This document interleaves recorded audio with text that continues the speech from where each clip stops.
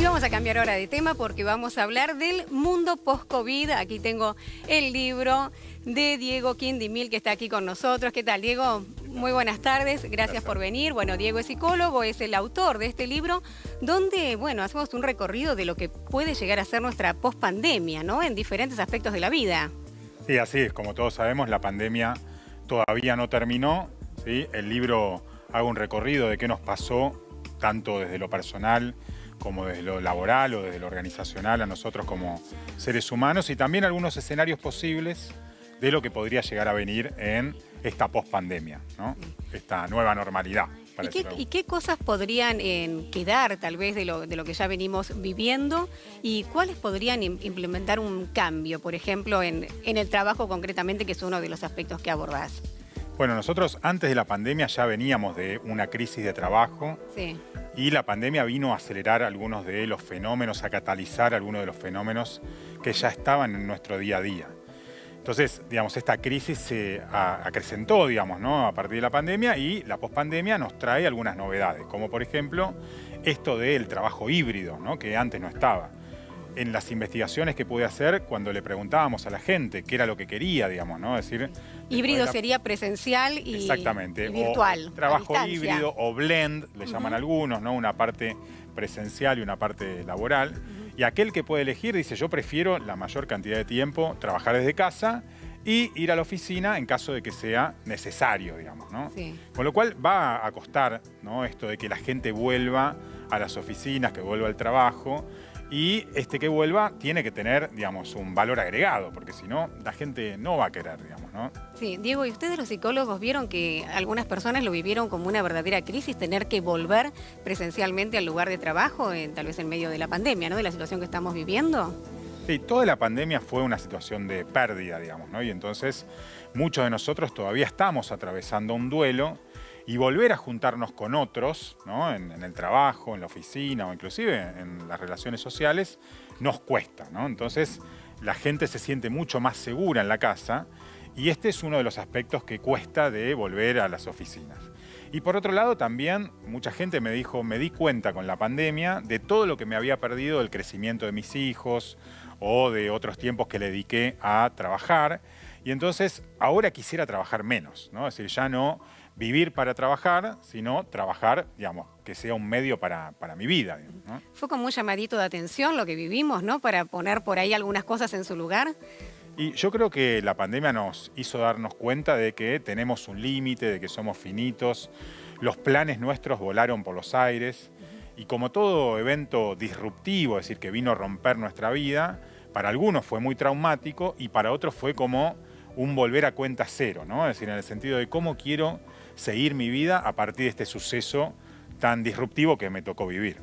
¿Qué pasa con los proyectos, con el proyectar concretamente, ¿no? Que por ahí uno estaba acostumbrado a hacer algún proyecto a largo plazo, decir, bueno, el año que viene quiero viajar o quiero hacer tal cosa. Eso cambió también mucho. ¿Vamos a volver a poder mirar así como a largo plazo o nos va a quedar esa visión más cortoplacista tal vez?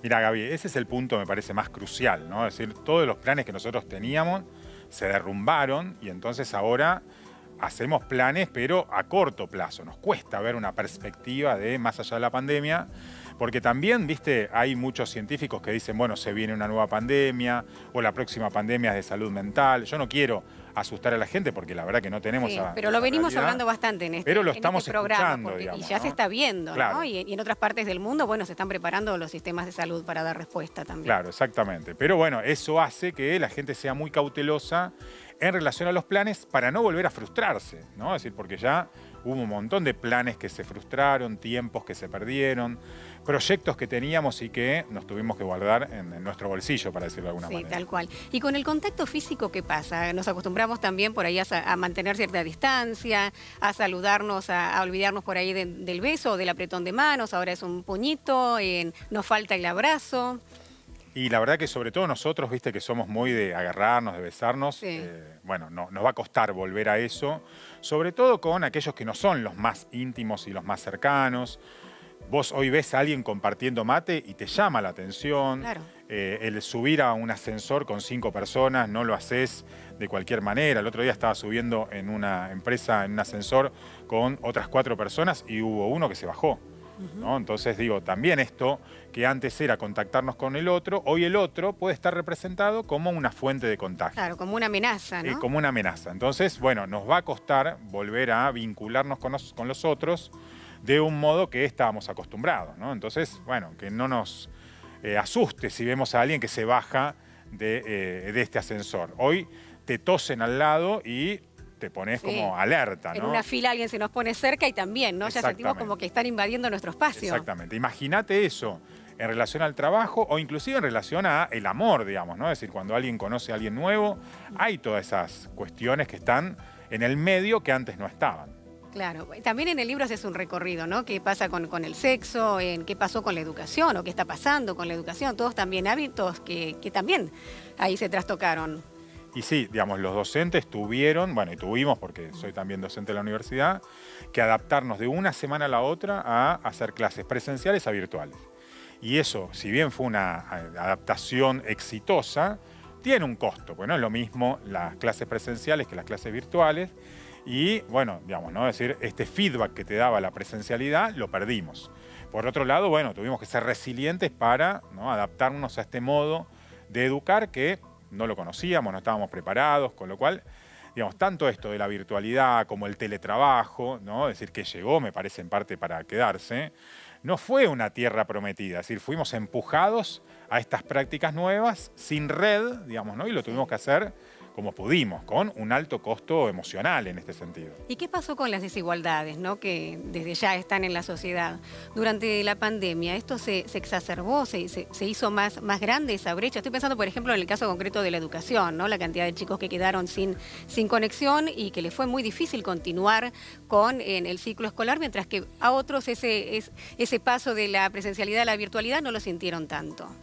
Sí, yo creo que como hubo también una revolución tecnológica, ahí se incrementó la brecha entre los que más tienen y los que menos tienen, entre los nativos digitales y los inmigrantes digitales, digamos, estos que no estaban acostumbrados a la tecnología, y también, digamos, en las poblaciones o las ciudades que tenían menos conectividad y más conectividad, digamos, ¿no? Es decir, nosotros estamos viviendo acá en la ciudad de Buenos Aires acostumbrados a determinada velocidad de conexión, pero hace 100 kilómetros y la conectividad es otra, digamos, ¿no? Entonces ahí se incrementó las desigualdades y yo creo, lamentablemente, que estas desigualdades se van a seguir incrementando si no hacemos algo al respecto, digamos, ¿no? En lo que tiene que ver no solamente con lo tecnológico, sino, Gaby, con lo que vos decías de la educación también.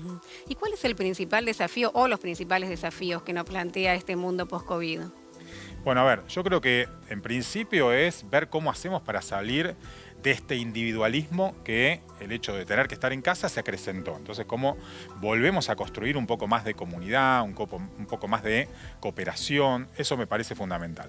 Y después, desde lo individual, bueno, vamos a tener que reinventarnos en algunas cosas, reciclarnos, aprender, hacer un esfuerzo para este mundo que viene, que es un mundo bastante complejo, digamos, ¿no? Es decir, el cual no estamos acostumbrados. Un mundo distinto, ¿no? Donde todo va a tener algún tipo de cambio, ¿no? Porque, yo creo que sí. Porque nosotros tampoco somos los mismos, creo, ¿no?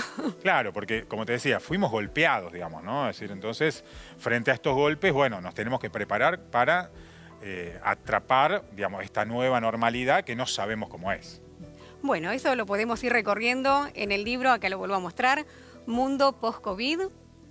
Así que vamos a recorrer las páginas y todo lo que estuvimos acá hablando un poquito, así dándole un resumen, lo podemos ver en forma detallada en el libro. Muchísimas gracias, Diego, por estar con nosotros. Un placer. Un placer para mí. Hasta la próxima. Gracias. Y vamos ahora a compartir nuestros videos, como